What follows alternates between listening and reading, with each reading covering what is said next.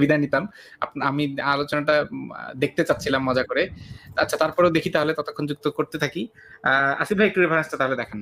হ্যাঁ, আমি যে রেফারেন্সটা দেখাচ্ছি সেটা হচ্ছে মনুসংহিতার ৮/৪১৭। এখানে বলা হচ্ছে ব্রাহ্মণ শূদ্রের কাছ থেকে ধন ধন আত্মসাৎ করতে পারে। যেহেতু দাস শূদ্রের নিজস্ব বলতে কিছু নেই, তার সব ধনই বিপদগ্রস্ত শূদ্রের দাস থেকে ব্রাহ্মণ বলৎকারে জোর করে ইচ্ছামতো ধন নিতে পারে। এক্ষেত্রে রাজা ব্রাহ্মণকে কোনো দণ্ড দেবেন না। মানে ব্রাহ্মণ যদি শূদ্রের থেকে ধন সম্পদ আত্মসাৎ করে তাহলে রাজা ব্রাহ্মণকে কোনো দণ্ড দেবেন না। এটা হচ্ছে অ্যালাউড। উনি বলতে চাচ্ছেন। এবং আরো একটা জিনিস উল্লেখ করে নেই, শূদ্রের কিন্তু শিক্ষা, এই যে মানে ধর্ম শিক্ষা, এটার অধিকার নেই। কেমন আছেন হিমু? ডক্টর হিমু কেমন আছেন? Good evening. Good night. আমার এখানে রাত্রি।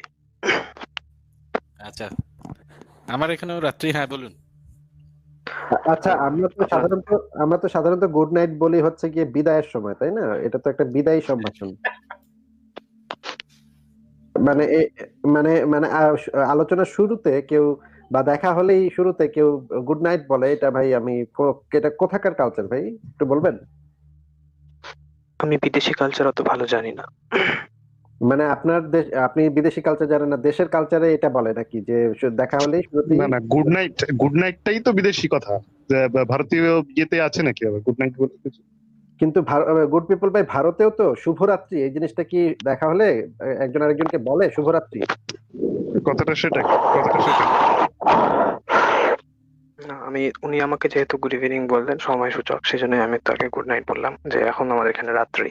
মানে গুড ইভিনিং এর মানে প্রতি উত্তরে শুরুতে, আলোচনার শুরুতে গুড ইভিনিং এর এটাকে আলোচনার গুড নাইট বলতে হয়। এটা আপনি কোথায় শিখেছেন ভাই? এটাই আমি জানতে চাচ্ছি।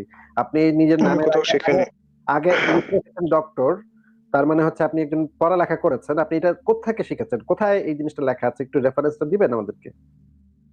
না, আমি দিতে পারছি না। মানে এটা আপনি তাহলে মানে নিজে নিজে ভেবে বের করেছেন যে আলোচনার শুরুতেই একজনকে গুড নাইট বলতে হয়, এটা? আমি বলেছি যে উনি আমাকে গুড ইভিনিং বলেছে, তার উত্তরে আমি গুড নাইট বলেছি, কারণ সময়টা এখন আমার এখানে রাত্রি। মানে আলোচনার শুরুতে কারোর সাথে দেখা হলে এটা যে প্রারম্ভিক সম্ভাষণ না, এটা যে বিদায়ী সম্ভাষণ, এই জিনিসটা আপনার জানা নাই ভাই? ফালতু কথা বলে লাভ নেই, জানা নেই। এটা ফালতু কথা কেন? আপনি একটা জিনিস শিখছেন, শিখে যান।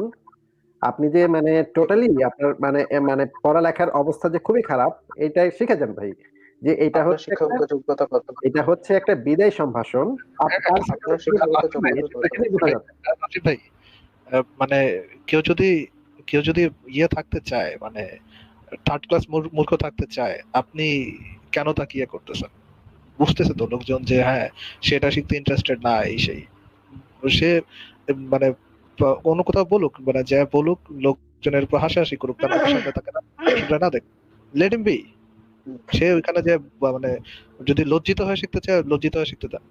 মানে মানে এই গাধামিটা কি গর্বের বিষয় ভাই? ভাই যে আমি একজন গাধা, আমি একজন গর্ধব, এটা হচ্ছে আমার আমি খুব প্রাউড টু বি এ গর্ধব। মানে এটা কি খুবই গর্বের বিষয়? না। এবং আমি কারো কাছ থেকে শিখবো না, এবং কেউ আমাকে একটা ভালো জিনিস, সঠিক জিনিসটা শিখাতে চাইলে আমি তাকে বলবো আপনার শিক্ষাগত যোগ্যতা কি, এটা জিজ্ঞেস করবো নাকি? না, আপনি আমার শিক্ষাগত যোগ্যতার কথা ডক্টর জিজ্ঞেস হিমু, করলেন, যেহেতু সেটা আমি ডক্টর জিজ্ঞেস হিমু করলাম।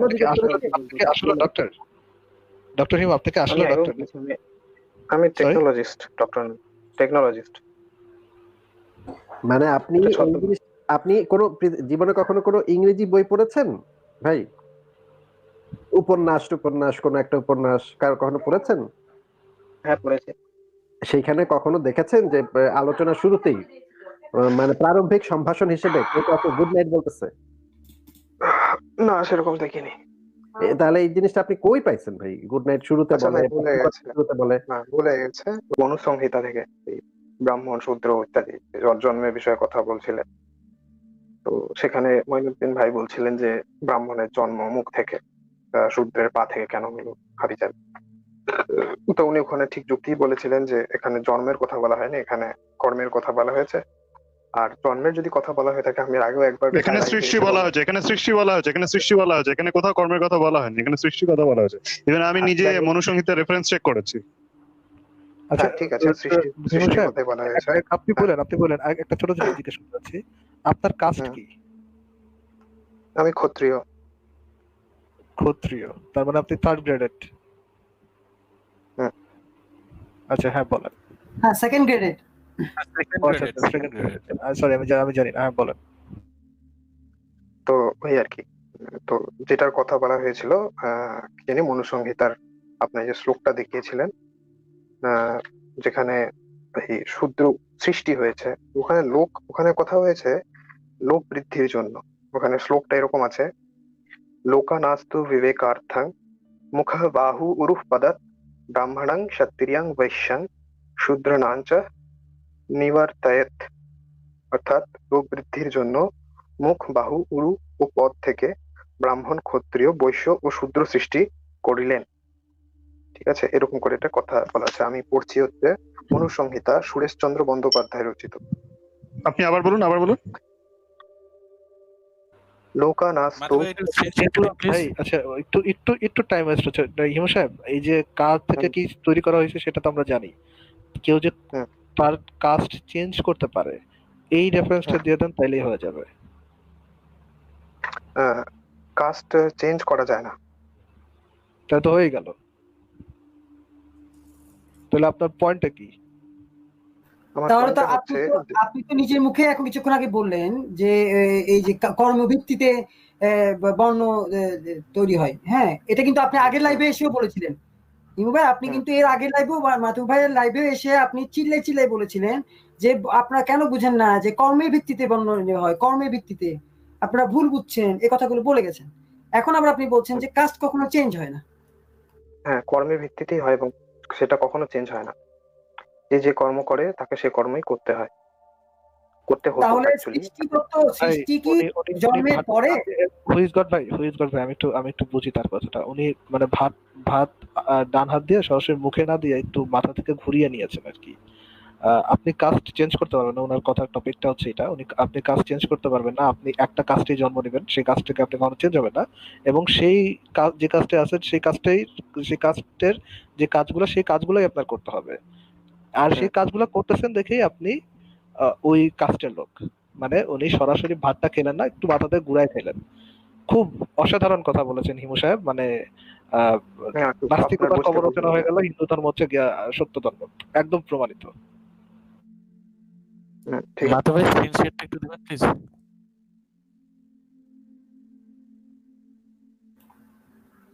ডক্টর হিমু আপনি বলুন প্লিজ। বলছিলাম যে ব্রাহ্মণ হবে সে যে কোনো তার মূল কর্ম হবে বেদ অধ্যয়ন করা এবং পঠন পাঠন করানো। এখানে একজন আমাদের ব্রাহ্মণ ভাই যুক্ত আছেন, তিনি জানেন এগুলো বিষয়ে অবশ্যই। আপনার সেকেন্ড কোনো টপিক থাকলে আমি রিকোয়েস্ট করবো সেকেন্ড টপিকে চলে যান। আই থিংক আপনার প্রথম টপিক মোটামুটি সবাই ক্লিয়ার। আপনি যে না, আরেকটা কথা এখানে আমার একটা কথা বলার আছে। এখানে একটা কথা বলা আছে, হিমুবাবুকে একটা কথা বলা আছে। আপনি বলেছেন প্রজা বৃদ্ধির উদ্দেশ্যে এই জিনিসগুলো করা হয়, নিজে আপন মুখ, বাহু, উরু, পদ হইতে ব্রাহ্মণ, ক্ষত্রিয়, বৈশ্য, শূদ্র হচ্ছে। সেটা যদি হয়ও তবুও কিন্তু প্রজা বৃদ্ধির উদ্দেশ্যে, তাতেও এটা প্রমাণ হয় না যে এটা ভুল। ব্রহ্মা কিন্তু এখানে স্পষ্ট লিখে এখানে কিন্তু স্পষ্ট বলা হচ্ছে, আপন মুখ, বাহু, উরু ও পদ হইতে ক্রমে ব্রাহ্মণ, ক্ষত্রিয়, বৈশ্য এবং শূদ্র এই চারি বর্ণের সৃষ্টি করিলেন। তাতেও এটা প্রজা বৃদ্ধির উদ্দেশ্যে, তাতেও এটা প্রমাণ হয় না যে এটা ভুল। আমি আসলে বুঝতে পারছি না আপনি কি বলছেন। ভাই আরো একটি প্রশ্ন এখানে আছে, সেটা হচ্ছে কি, না আমি হিমু ভাই একটা সেকেন্ড। গুডপিউর ভাই এখানে আরেকটা প্রশ্ন হচ্ছে, এখানে সৃষ্টি যদি সেভাবেই সৃষ্টি হয়ে থাকে, তো সৃষ্টি তো আগে হয়, জন্মের পরও তো সৃষ্টি হয় না ভাই। সৃষ্টি তো আগে হয়। একদম পাদ থেকে শুক্র বলা হচ্ছে, পাদ থেকে হচ্ছে শূদ্র সৃষ্টি করা হয়েছে। তার মানে ব্রহ্মা যখন সে সৃষ্টি হয়ে এসছে, যখন যে এসছে তখন কিন্তু অলরেডি সে পাদ থেকে এসছে, এবং পাদ থেকে আসার পরে তো সে শূদ্র হলো। তাহলে যে যখন শূদ্র হয়ে সে কাজটা ঢুকে গেল, এবার তো সে কখনোই ব্রাহ্মণ হতে পারবে না, কারণ সে তো এসছে অলরেডি। এখন সে যদি বলে যে আমি কর্ম বেসিসে আমি যদি বলে যে কি বর্ণবাদ করি, তাহলে সে মনে করেন অনেক জ্ঞান অর্জন করে ব্রাহ্মণত্ব লাভ করবে, কিন্তু হাউ পসিবল? তার তো সৃষ্টিতে তো হয়েছে শূদ্র হিসেবে। তাই তো। আর দ্বিতীয়ত কথা, উনি প্রথমেই বলে দিয়েছেন যে প্রজা বৃদ্ধির উদ্দেশ্যে করা হয়েছে। প্রজা বৃদ্ধির উদ্দেশ্যেও যদি করা হয় তবুও তো তার সৃষ্টিটা মুখ থেকে ব্রাহ্মণ হচ্ছে। মানে এটা তো টোটালটাই, মানে আপনার যুক্তিটা আমার ঠিক মাথায় ঢুকলো না হিমু বাবু। ঠিক আছে, আমি বুঝে এখানে অ্যাকচুয়ালি শ্লোকটা বলা হয়েছে লোকানাস্তু বিবেক। আমার কাছে শ্লোক পরিষ্কার বলা আছে, আপনার শ্লোক বলতে হবে না। আমি শ্লোক টোটালটা আমি খুলে বসে আছি, এখানে বলতে হবে না। এখানে কোথাও বলা নেই, আপনি আপনার মতো ব্যাখ্যা করবেন না। আসলে এখানে কিন্তু যা বলা আছে সেই অনুযায়ী চলতে হবে। মানে ব্যাপারটা হচ্ছে, আমি লেখা আছে আমি ভাত খাই, কিন্তু সেটাকে আপনি ঘুরিয়ে বিরিয়ানি বলবেন, সেটা কিন্তু হবে না আসলে। হ্যাঁ, এখানে কিন্তু স্পষ্ট বলা আছে, সৃষ্টিকর্তা পরমেশ্বর তুলকাদি প্রজা বৃদ্ধি করিবার মানুষে আপন মুখ বাহু উরু ও পদ হইতে ক্রমে ব্রাহ্মণ ক্ষত্রিয় বৈশ্য ও শূদ্র এই চারিগণের সৃষ্টি করিলেন। সুতরাং আমার মনে হয় না আপনি সঠিক কথাটা বলছেন। না ঠিক আছে, আপনি আপনি যে বইটা আমি পড়ছেন ঠিক আছে, আমি আরো দুইটা রেফারেন্স লেখা দিতে চাই। আছে, আমি আরো দুইটা এখানে রেফারেন্স বলছে, দিতে চাই। এখানে বলা হচ্ছে যে লোক রীতি। না না, আসিফ ভাইয়ের রেফারেন্সটা শুনি, আমি আসিফ ভাইয়ের রেফারেন্সটা শুনবো আমরা। আমি একটু রেফারেন্স আচ্ছা, দিয়ে ঠিক নিই। মনুসংহিতা 1/99 বলা আছে, যখন ব্রাহ্মণ জন্মগ্রহণ করেন তখন তিনি পৃথিবীতে সকলের শ্রেষ্ঠ হয়ে জন্মগ্রহণ করেন, কারণ পৃথিবীতে প্রচলিত সর্বধর্ম রক্ষার জন্য ব্রাহ্মণের উৎপত্তি। সেখানে আরো বলা আছে, ব্রাহ্মণ জন্মগ্রহণ করা মাত্রই পৃথিবীর সকল লোকের উপরিবর্তী হন, অর্থাৎ সমস্ত লোকের অপেক্ষা শ্রেষ্ঠ হন, কারণ ব্রাহ্মণই সকলের ধর্মকোষ অর্থাৎ ধর্মসমূহ রক্ষার জন্য প্রভু সম্পন্ন হয়ে থাকেন। হ্যাঁ, আর আপনি যে বললেন কর্মের দ্বারা নাকি মানুষ কর্মের উপর ভিত্তি করে নাকি, জন্মের আগে কর্মটা কিভাবে নির্ধারণ করেন আপনারা একটু বলেন তো।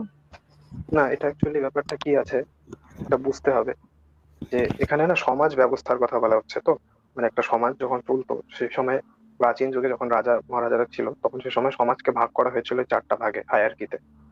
তো প্রথম যে ভাগটা ছিল ব্রাহ্মণ, তার কাজ শুধু ছিল জ্ঞান অধ্যয়ন এবং পড়ানো। সে কখনো অর্থ সংগ্রহ করতে পারবে না, সে ভিক্ষা করবে, সে ব্যবসা করতে পারবে না। যদি সে ব্যবসা করে তাহলে তাকে ব্রাহ্মণ বৈশ্য বলা হবে। যদি সে ধরুন ক্ষত্রিয় কর্ম করে তাহলে সে ব্রাহ্মণ ক্ষত্রিয় হবে। ঠিক সেইভাবেই যদি কোনো বৈশ্য বা কোনো শূদ্র যদি সাত্ত্বিক গুণ বা রাজসিক গুণ অবলম্বন করে তারা যদি ক্ষত্রিয়ের মতন হতে চায় তাহলে তাদেরকে সেটা দেওয়া হবে, কিন্তু তাদের পরিচয় কিন্তু সমস্যা, মানে ওই যে শূদ্র যদি হয়ে থাকে তাহলে তার পরিচয় শূদ্রই হয়ে থাকবে। যেমন আচ্ছা, আমি তাহলে আরেকটা রেফারেন্স উল্লেখ করি। মনুসংহিতা 10/95 বলা আছে, ব্রাহ্মণ বিপদে পড়লে যেমন অন্য জীবিকা গ্রহণ করতে পারেন, সেইরূপ ক্ষত্রিয় বিপন্ন হলে অন্য জীবিকা গ্রহণ করবেন, কিন্তু কখনোই ব্রাহ্মণের বৃত্তি অবলম্বন করতে পারবেন না, মানে উপরের লেভেলে যেতে পারবে না। না, পারবে না। তাহলে পারবে না। বললেন কর্মের ভিত্তিতে এটা। আচ্ছা, একটা ছোট কথা বলে দিতে চাচ্ছি। হিমু সাহেব, একটু সামান্য কার্টেসি শিখেন ভাই, সামান্য কার্টেসি শিখেন, একটু ভদ্রতা শিখেন ভাই। যখন আপনারা এই হাই আসতেছে বা ইয়ে আসতেছে, হ্যাঁ আমি বুঝলাম আপনি অসুস্থ, একটু মিউট করে দিয়ে হাই দেন। আপনার তো একটা সেকেন্ডের জন্য মনে হয় মিউট করে দেন। থাকলে ওনাকে আমরা রেস্ট নেওয়ার জন্য বিদায় জানাতে পারি না নাকি? না, আজকে ঠিক আছে, আমি অতটাও দুর্বল নেই, আমার একটু শরীর ম্যাজম্যাজ করতে থাকে। আপনার তো টপিক হয়ে গেল, মানে আমি তো আপনার কথার কনক্লুশন পেয়ে গেছি যে কেউ সে যতই কাজ করুক যতই যা করুক, সে যেভাবে সৃষ্টি হয়েছে সেই কাজটাই থাকবে, সেই কাজটার কাজই তাকে করতে হবে, সেই কাজ সে কখনো চেঞ্জ করতে পারবে না। ডান। তাহলে না কাজ, যেমন আমরা যদি ইসের কথা যাই, কি নাম এই বিশ্বামিত্রের কথা যাই। বিশ্বামিত্র হ্যাঁ, বিশ্বামিত্র। তো বিশ্বামিত্র তো আগে একজন রাজা ছিলেন। আচ্ছা হিমু ভাই, সরি একটু আটকানোর জন্য সরি, একটু আপনি বিশ্বমিত্র থেকে শুরু করেন। এই ব্যাকস্টেজে যারা আছেন একটু যদি লিখেন, আপনাদের মধ্যে কেউ যদি হিন্দু থাকেন একটু লিখবেন কাইন্ডলি, আমি দেখি যুক্ত করা যায় কিনা। তাহলে আমরা চাচ্ছিলাম যে একটু আজকে আমাকে ব্যাকে রাখেন। সমস্যা নেই, ব্যাকে তো রাখতে হবে না, রাখলে এখানে থাকলে তো ব্যাকে রাখতে হবে না। আচ্ছা, মিস্টার রয় আছেন, দেখি তো উনি হিন্দু কিনা, আমি ওনাকে যুক্ত করলাম। মিস্টার রয় ভাই, আপনি কি একজন হিন্দু এবং আলোচনায় অংশ নিতে চাচ্ছেন?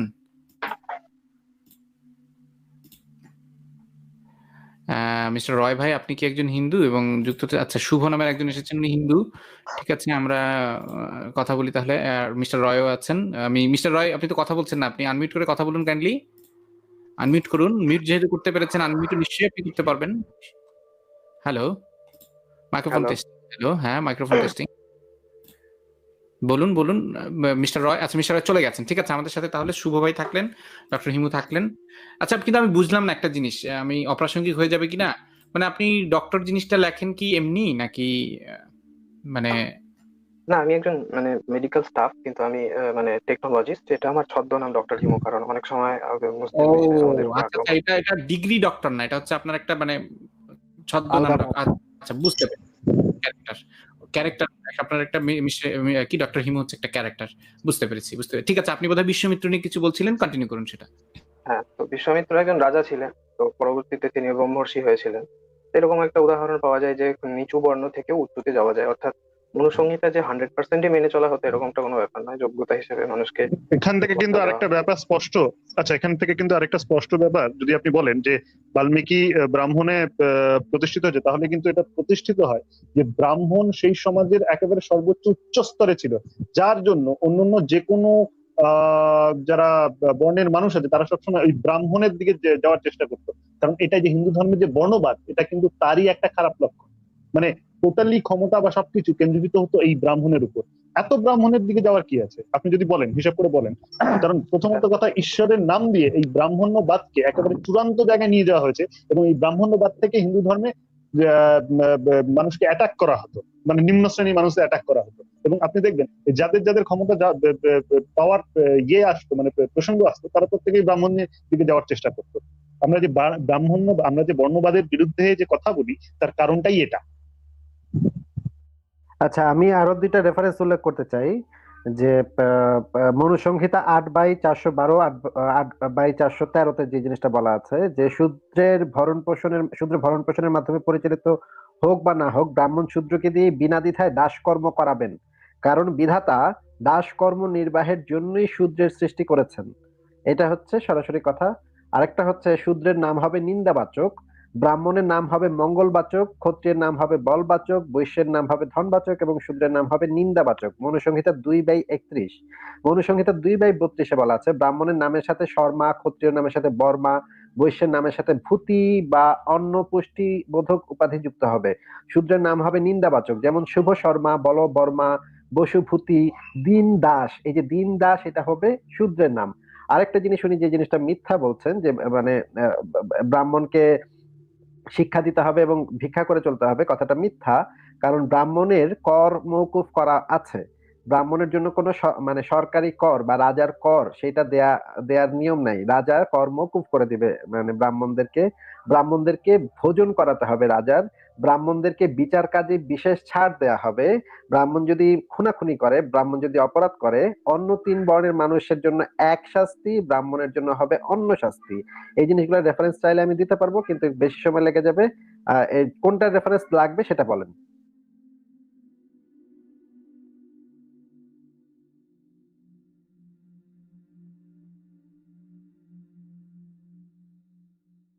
হিমু ভাই বলতে পারেন? হিমু ভাই ভাই কি মিউট করে কথা বলছেন নাকি? হ্যালো, শুনতে পাচ্ছেন? হ্যালো, হ্যাঁ বলুন বলুন বলুন। হ্যাঁ এখন শোনা যাচ্ছে। আচ্ছা, ঠিক আছে। তো আসিফ ভাই যেগুলো বললেন সেগুলো আমি উত্তর দিচ্ছি একটা একটা করে। তো প্রথমে উনি বললেন যে বর্মা শর্মা বা যে নামগুলো আছে বা এভাবে নিন্দাবাচক হিবাচক, এগুলো অ্যাকচুয়ালি কি কারণে করা হয়েছে এখন যদি এটাকে বুঝতে হয়, তাহলে আজকে বর্তমানে যদি আমরা দেখি পুলিশের পোশাক একরকম হয়, অফিসারের পোশাক একরকম হয়, ঠিক আছে? একটা হায়ারার্কি যদি সমাজে কোনো চিহ্নিতকরণ করতে হয় যে হ্যাঁ এই লোকটার কাজ এটা, এই লোকটার কাজ এটা, যাতে মিলে মতলব কি বলে ওটাকে, মানে মিশে না যায়, ব্যবস্থাটা যাতে না হয়ে যায়, কোরাপ না হয়ে যায়, সেই জন্য এই ধরনের নাম আর এই ধরনের ব্যবসা মানে কি বলে পোশাক আশাকেরও সেরকম একটাই ছিল। আসিফ ভাই যে কথা, যে রেফারেন্স দিলেন আর আপনি যার ব্যাখ্যা দিচ্ছেন, দুটো তো এক হচ্ছে না আসলে। মানে এক হচ্ছে কি ব্যাখ্যার তো ওনার আগামাথা কিছুই মানে কি বললেন। না এই ব্যাখ্যা আমরা নিচ্ছি, গুড পিপল ভাই, এই ব্যাখ্যা আমরা নিচ্ছি। আপনি আমাকে একটু বলেন তো, একটা শিশু জন্ম নিয়েছে, সেই কারণে, শুধুমাত্র সেই কারণে আপনি তাকে দাস হিসেবে তার নামের আগে দাস লাগিয়ে দিয়েছেন, যেন তাকে চিহ্নিত করা যায় যে সে নিচু, সে ছোট, তার জন্ম হয়েছে ব্রাহ্মণের সেবা করার জন্য, দাসত্ব করার জন্য। একটা শিশুকে আপনি ছোটবেলায় অমানবিক সেই সিল মেরে দিচ্ছেন যে সে তার জন্ম হয়েছে ব্রাহ্মণের সেবা করার জন্য, দাসত্ব করার জন্য। আর ব্রাহ্মণের ঘরে একটা শিশু জন্ম নিল, তা সে ছোট মানে একদম জন্ম থেকেই সেই অধিকার প্রাপ্ত হলো যে একজন তার সেবা করবে, দাসত্ব করবে। বাহ বাহ বাহ, আপনার ধর্ম ভাই সাংঘাতিক ভালো, ভাই সাংঘাতিক। আমি কিছু বলবো ভাই? সব থেকে বড় কথা যে কথাগুলো বলা হচ্ছে, ডক্টর হিমু আপনি যেটা কি করছেন, মানে ব্যাপারটা হচ্ছে আমি ভাত খাই, আপনি ওটাকে ঘুরিয়ে পেঁচিয়ে বলছেন আমি বিরিয়ানি খাই। এটা কিন্তু মানে এটা আপনার নিজস্ব ব্যাখ্যা হয়ে যাচ্ছে। আচ্ছা গুড পিপল ভাই, এই যে ব্যাখ্যাগুলো দিচ্ছেন, হিমু সাহেব একটা সেকেন্ড, উনি যে কথাটা বললেন, মানে এটা কি কোনো উদাহরণের ধারের কাছে গেল? আমি সেই কথাটাই বারবার বলার চেষ্টা করছি, মানে কি কথা হচ্ছে একটু শেষ করে নেই। উনি যে উদাহরণটা দিলেন যে সমাজে একটা হায়ারার্কি দরকার, এই হায়ারার্কির সেকেন্ড ক্লাস সিটিজেন হচ্ছেন উনি, উনি থার্ড ক্লাস এবং ফোর্থ ক্লাস সিটিজেন চান, গ্রেট। তারপরে যে উদাহরণটা দিলেন রিয়েলিস্টিকের ক্ষেত্রে যে পুলিশদেরকে তো আলাদা থাকতে হয়, পুলিশদের তো আলাদা পোশাক পরতে হয়। ভাই, পুলিশ তো যে সমাজের যে কোনো লোক হইতে পারে, এমন সিস্টেম তো আমাদের সমাজে নেই যে সমাজে হচ্ছে একটা সোর্ট অফ পিপল শুধু পুলিশ হতে পারবে, একটা গ্রুপ অফ পিপল শুধু আর্মিতে জয়েন করতে পারবে, একটা গ্রুপ অফ পিপল শুধু ব্যাংকে জব করতে পারবে, এরকমটা না। যে যোগ্য সে কাজ করতে পারবে। কিন্তু আপনাদেরটা তো পুরাই উল্টা। আর আপনি যে উদাহরণটা দিলেন সেই উদাহরণের সাথে তো আগাগোড়া মিলে না। একটু সেন্সেবল আচ্ছা, কথা বলেন। আর যদি আপনি মনে করেন যে না আপনি অসুস্থ, সেন্সেবল কথা বলতে পারবেন না, তাহলে দয়া করে ভাই, মানে আমাদের এবং দর্শকের সময় ওয়েস্ট করেন না প্লিজ। না এবং ফারাজ ভাই খুব ভ্যালিড কথা তোলেন, খুব ভ্যালিড কথা। হ্যাঁ ফরাজ ভাই, আরো একটা জিনিস আমি একটু বলি, সেটা হচ্ছে কি ইমু ভাই যেটা বলছে যে কর্মের ভিত্তিতেই যদি আপনার এই বর্ণ বার্তা হয়ে থাকে কর্মের ভিত্তিতে, তাহলে ব্রাহ্মণ যদি খারাপ কাজ করে তাহলে সে কি নিচে নামবে না? অবশ্যই নামবে। আচ্ছা, আমি আরেকটা রেফারেন্স দেখাতে যদি চাই। মনে থাকে আচ্ছা আবার বললেন অবশ্যই নামবে, আপনি বললেন কাজ সারা জীবনে চেঞ্জ হবে না, আবার বললেন অবশ্যই নামবে। এবং না, উনি তো কাস্টের কথা বললেন না, উনি তো বললেন নিচে নামবে না। আচ্ছা, আজকে আমি হয়তো নিচে কি হিসাবে নিচে নামবে না? কি আশ্চর্য, কি হিসাবে নিচে নামবে না? আপনি কি মনে করলেন? একটু আলোচনা করি, একটু যেমন গুছিয়ে ধরুন করি। একটা উদাহরণ দিচ্ছি, হিমু একটা ভাই উদাহরণ। আরে হিমু ভাই বাবা, ব্রেক দেন, হিমু ভাই একটু ব্রেক দেন। আমরা বুঝতে পারছি হয়তো আজকে আপনি অসুস্থতার কারণে মানে অসংলগ্ন কথা হয়তো বলে ফেলছেন, পরস্পর বিরোধী কথা। আপনি একটু আসিফ ভাইয়ের রেফারেন্সটা শুনুন, একটু আসিফ ভাই একটা রেফারেন্স দেখাবে, আমরা অন্যদের কথাও শুনি। তাহলে অন্য আরো দুজন হিন্দু ভাই যুক্ত আছেন, অন্যদের কথাও শুনি। আর স্ক্রিপ্ট ব্যাক আমি দেখতে পাচ্ছি যে স্টুডিও ফুল দেখাচ্ছে, হয়তো অন্যরাও যুক্ত হতে চাচ্ছেন। যারা যুক্ত হতে চাচ্ছেন তাদের মধ্যে যদি কেউ হিন্দু থাকেন এবং যুক্ত হতে পারছেন এরকম কেউ থাকেন, কমেন্টে লিখলে আমরা আপনাকে যুক্ত করার চেষ্টা করব। মাতুবর ভাই, আজকে যেহেতু হিন্দু ধর্ম স্পেশাল, আজকে তাহলে আমি বিদায় নিই ভাই। টেক কেয়ার, ধন্যবাদ যুক্ত করার জন্য ভাই। আচ্ছা ভালো থাকবেন ভাই। আচ্ছা আচ্ছা ফারাজ ভাই, ঠিক আছে। আমিও বোধহয় বিদায় নিলে ভালো করতাম, কিন্তু আসিফ ভাই যদি একটু টেক কেয়ার করতে পারতেন তাহলে আমি আসলে বিদায় নিতাম। আমি আলোচনাটা দেখতে চাচ্ছিলাম মজা করে। আচ্ছা, তারপরেও দেখি তাহলে, ততক্ষণ যুক্ত করতে থাকি। আসিফ ভাই একটু রেফারেন্সটা তাহলে দেখেন। হ্যাঁ, আমি যে রেফারেন্সটা দেখাচ্ছি সেটা হচ্ছে মনুসংহিতার 8/417। এখানে বলা হচ্ছে ব্রাহ্মণ শূদ্রের কাছ থেকে ধন ধন আত্মসাৎ করতে পারে, যেহেতু দাস শূদ্রের নিজস্ব বলতে কিছু নেই, তার সব ধনই বিপদগ্রস্ত শূদ্রের দাস থেকে ব্রাহ্মণ বলৎকারে জোর করে ইচ্ছামতো ধন নিতে পারে। এক্ষেত্রে রাজা ব্রাহ্মণকে কোনো দণ্ড দেবেন না। মানে ব্রাহ্মণ যদি শূদ্রের থেকে ধন সম্পদ আত্মসাৎ করে তাহলে রাজা ব্রাহ্মণকে কোনো দণ্ড দেবেন না, এটা হচ্ছে অ্যালাউড উনি বলতে চাচ্ছেন। এবং আরো একটা জিনিস উল্লেখ করে নেই, শূদ্রের কিন্তু শিক্ষা, এই যে মানে ধর্ম শিক্ষা, এটার অধিকার নেই। সেটা রেফারেন্স আমি দেখাতে পারবো। তাহলে একজন শূদ্র ঘরে জন্ম নিয়ে সে যদি মানে উনি বলতে চাচ্ছেন যে এটা নাকি কিসের উপর নির্ভর করে, কর্মের উপর নির্ভর করে। কর্মের উপর কিভাবে নির্ভর করে? একজন যদি শূদ্রের যদি সেই ধর্ম শিক্ষার অধিকারী না থাকে তাহলে সে ব্রাহ্মণ হবে কিভাবে? একটা বাচ্চা ছেলে শূদ্র ঘরে জন্মালো, সে তার ব্রাহ্মণ হতে ইচ্ছা হচ্ছে, সে কিভাবে ব্রাহ্মণ হবে? সেই প্রসিডিউরটা আমাদেরকে একটু বলে দেন। একজন শূদ্র যদি সে ব্রাহ্মণ তো কখনো হতে পারবে না, কিন্তু ব্রাহ্মণের সম্মান সে পাবে যদি তার মধ্যে সাত্ত্বিক ভাবনাগুলো আসে। সাত্ত্বিক ভাবনা বলতে সাত্ত্বিকতা যেগুলো মানে বলা হয়ে থাকে, যে শুদ্ধাচার, সদাচার, এই ধরনের যদি গুলো থাকে তাহলে সে সমাজে সম্মানীয় হবে। এবং যেটার কথা বললেন যে কি বলেন আমি ভুলে গেলাম এখনই, সরি। হ্যাঁ, এই কি বলে ব্রাহ্মণ, যদি কেউ ব্রাহ্মণ ঘরে জন্ম হয়, সরি একটু ভুলে গেছি কি বলছিলেন একটু। আচ্ছা, ঠিক আছে, সমস্যা নেই ডাক্তার হিমু ভাই। আমরা একটু অমিত ভাইয়ের কথা শুনি এবং অতিথিদের কথা শুনি, একটু আমরা সবার কথা। হ্যাঁ, দ্রুত একটা প্রশ্ন করে নি হিমু ভাইকে। ডক্টর হিমু, আপনার মাতঙ্গকে চেনেন? মাতঙ্গ ঋষি, মাতঙ্গিনী হাজরা নয় কিন্তু, হ্যাঁ মাতঙ্গ। না ওই যে দেখবেন এই ইয়েতে একটা মাতঙ্গের কথা আছে, কি বলে এই মহাভারতে, হ্যাঁ ওখানে বলছে মাতঙ্গ হাজার হাজার বছর ধরে ধরে ইয়ে করে অনেক চেষ্টা করেছে, করে কি বল তপস্যা করার চেষ্টা করেছে, কিন্তু কিছুই হয়নি আলটিমেটলি। হ্যাঁ, তো তখন সেই মাতঙ্গ সে তখন বিফল মনোরথ হয়ে চলে গেল। তাই এই মাতঙ্গ কে ছিল? ইনি হচ্ছে একজন ব্রাহ্মণ সন্তান নয়, তার মা ব্রাহ্মণী, কিন্তু তার পিতা ছিল শূদ্র। তো সে কিন্তু করতে পারেনি। হ্যাঁ, তো দেখুন, আপনাকে আগের দিন আমি একটা কথা আমি বলেছিলাম, সেটা আজকেও আবার বলছি। তো দেখুন একটা একটা ধর্ম হাজার হাজার বছর ধরে তৈরি হয়েছে। ডেফিনেটলি সেখানে কিছু কিছু জিনিস দেখবেন যে এদিক ওদিক অনেকগুলো উদাহরণ আছে। জন্মসূত্রে এবং কর্মসূত্রে দুই উদাহরণই আপনি মহাভারতে পেয়ে যাবেন, কিন্তু জন্মসূত্রে উদাহরণগুলো অনেক বেশি, অনেক অনেক বেশি, এবং প্র্যাকটিক্যালিও কিন্তু সেটাই দেখা যায়। এটা কিন্তু এই যে যে এটাকে আপনি বলছেন যে বর্ণ প্রথা, এই কাস্টিজম যে জিনিসটা, সেটা কিন্তু আমাদের ইয়েতেই বেশি। আচ্ছা, আরেকটা প্রশ্ন করি হিমু ভাই আপনাকে, ক্ষত্রিয় কথাটার অর্থ কি জানেন? ক্ষত্রিয় হ্যাঁ, কথাটার ক্ষত্রিয় অর্থ কথার কি অর্থ জানেন? হচ্ছে যারা ক্ষয় থেকে সমাজকে বাঁচাবে, সমাজের ক্ষয় থেকে রক্ষা করবে, ক্ষয়। না, ক্ষত থেকে হ্যাঁ, ত্রাণ করতে ক্ষত পারে থেকে যে, ত্রাণ করতে ক্ষত পারে, থেকে ত্রাণ করতে ক্ষতি পারে যে, হ্যাঁ তাকে ঠিক। বলে ক্ষত্রিয়। হ্যাঁ, একদম, হ্যাঁ। তার কারণ এই যে ক্ষত্রিয়, যে দেখুন একটা বাচ্চা সে যখন জন্মালো, তার যে এত শৌর্য-বীর্য থাকবে সে তো সে জানবেন কি করে তখন? তখন যদি আপনি বলেন যে গুণের ইয়েতে, তখন তো সেরকম তো ইয়ে হয় না। তো দেখবেন এই যে নামকরণগুলো অনেক সময় দেখবেন একটা উপাধি পেলো, কর্ণকে বলা হতো রাধেয়, তারপরে সে আরো অনেক রকম উপাধি পেলো, ঠিক আছে? দানবীর কর্ণ, এরকম অনেক কিছু উপাধি পেলো, সেগুলো পরে, ঠিক আছে, তাই না? তো যে নামটা, যে নামকরণটা যখন হচ্ছে, তখন তো সেই সমস্ত জিনিসগুলো জানা যায় না। তো এই যখন জানা যেত না, তখন এইগুলো তার যে জন্ম, সেখান থেকেই সেই নামগুলো রাখা হতো। যেমন ধরুন যে সেগুলো রাখা হতো, সেটা কি আপনি সমর্থন করেন? আপনি কি মনে করেন এটা খুব লজিক্যাল ব্যাপার?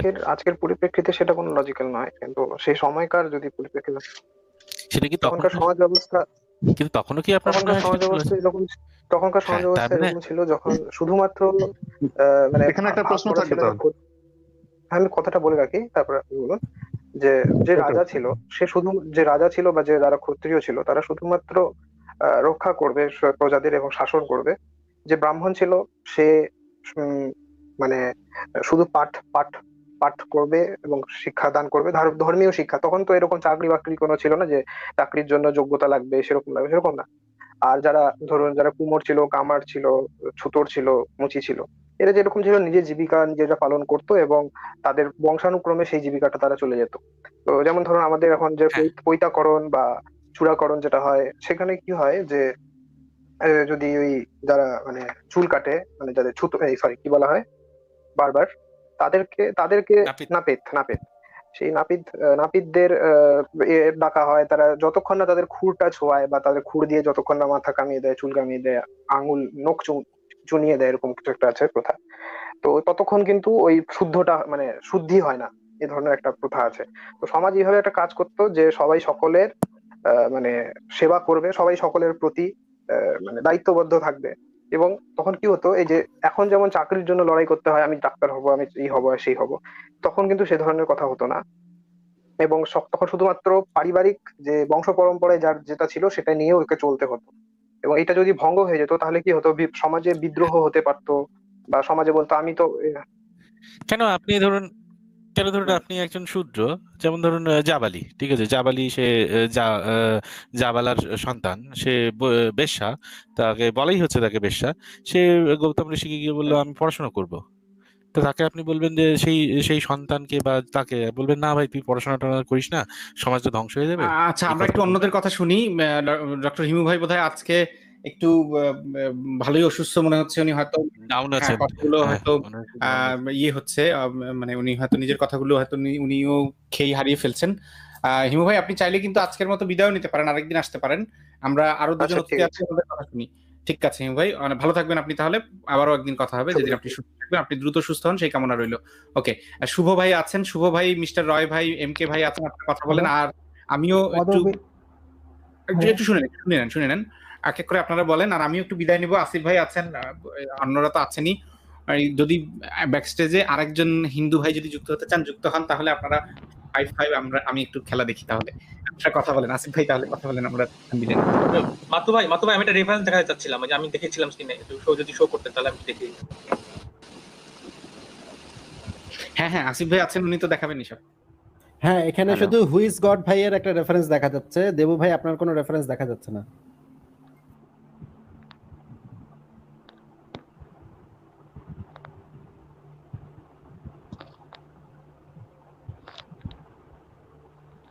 হ্যাঁ দেবু ভাই বলেন আপনি।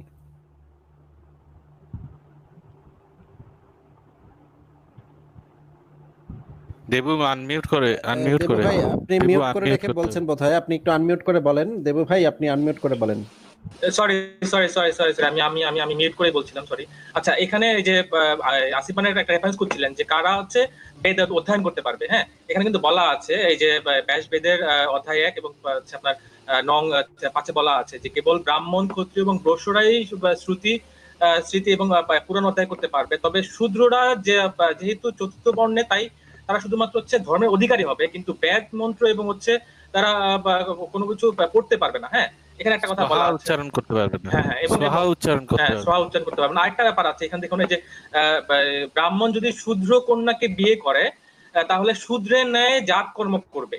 এটা তো আসলে কিভাবে হলো? একজন ব্রাহ্মণ ছেলে যদি শূদ্র বর্ণের মেয়েকে বিয়ে করে তো হলো না তো বিষয়টা। আরেকটা আছে যে ব্রাহ্মণ কন্যার গর্ভে যদি শূদ্রের সন্তান জন্ম হয় তাহলে সেটা চন্ডাল জাত হয় এবং সেটা হচ্ছে কোনো ধর্মের অধিকার থাকে না। এটাও রেফারেন্স দেওয়া আছে 1/9। আরেকটি রেফারেন্স আছে, সেটা হচ্ছে টানছি আমি নিচে, সেটা হচ্ছে এই যে মহাভারতে এই কথাটা, এই দেব একটুখানি থামাচ্ছি, এই কথাটা মহাভারতেও আছে। মহাভারতে সেখানে ভীষ্ম পিতামহ বলছেন যে যেখানে উনি মৃত্যুশয্যায় বলছেন যে যদি ব্রাহ্মণ কন্যার গর্ভে যদি শূদ্রের সন্তান হয়, সে একদম। এবং এই যে এখানে একটা কথা আছে যে শূদ্রের সাথে আলাপ করলে যে এই স্নান করতে হয়, ঠিক আছে, যে স্নান করে ব্রাহ্মণরা শূদ্রের সাথে কথা বললে বা শূদ্রের ছায়া মারালেও এইখান থেকেই কিন্তু আসলে এগুলো জানা যায় আর কি, বোঝা যায়। তারপরে আমি আরেকটি লাস্ট একটি রেফারেন্স দেখাই যে ব্রাহ্মণ, ক্ষত্রিয়, বৈশ্য এরা শূদ্রের কন্যাকে বিয়ে করতে পারবে, কিন্তু শূদ্র কখনোই উত্তম পুরুষকে বিয়ে করতে পারে না। এই যে একটা মানে কি বলে, একটা দ্বিচারিতা, ঠিক আছে, ব্রাহ্মণরা যে সবসময় শূদ্রদেরকে একটু মাথা নত করে রেখেছে, এবং আমি ক্যান্সেল করে দিচ্ছি রেফারেন্সটা, মাথা নত করে রেখেছে, কিন্তু সেই স্পষ্ট হচ্ছে বা প্রত্যেকটা বাড়ি প্রত্যেকটা ক্ষেত্রে স্পষ্ট হচ্ছে। That's it. আচ্ছা দেব ভাই, অনেক ধন্যবাদ। আমরা তো এই জিনিসগুলো দেখলাম এবং এই জিনিসগুলো তো অত্যন্ত মর্মান্তিক এবং অত্যন্ত